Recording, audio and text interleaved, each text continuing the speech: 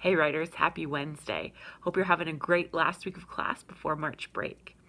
What I've posted for you today is the outline for 2 parts of an assignment that's going to be due the Sunday before we return from March break. So that's Sunday, March 18th, due to the Dropbox by 11:59 p.m.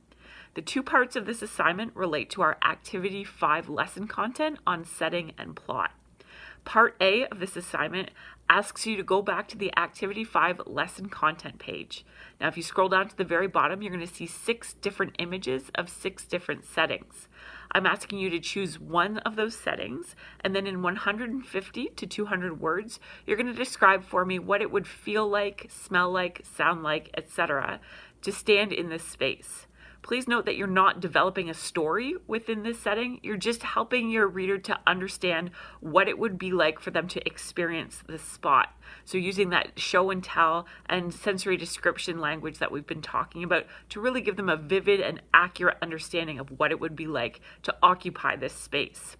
So oftentimes when this is done, people tend to use second person narration, so referring to your reader as you in order to help them to understand it. So for instance, you look around and you see whatever, or you smell, or you hear. So really helping them to put themselves in that position as the character or the person in your description to help them to understand what it's like to be there and experience this venue. Part B is checking to make sure that we understand each point on the plot graph.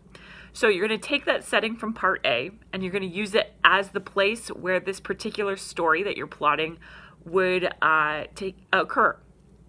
So you're going to show me, using the plot graph template that's provided on the Activity 5 lesson page, what a story would look like and how it would develop over the course of the plot graph taking place in the setting that you've developed. Now again, please note you're not writing the story, you're simply filling out the plot graph. You can use point form if you like to show me, if you did write the story, what would occur at each point on the plot graph. So for instance, how would the story start?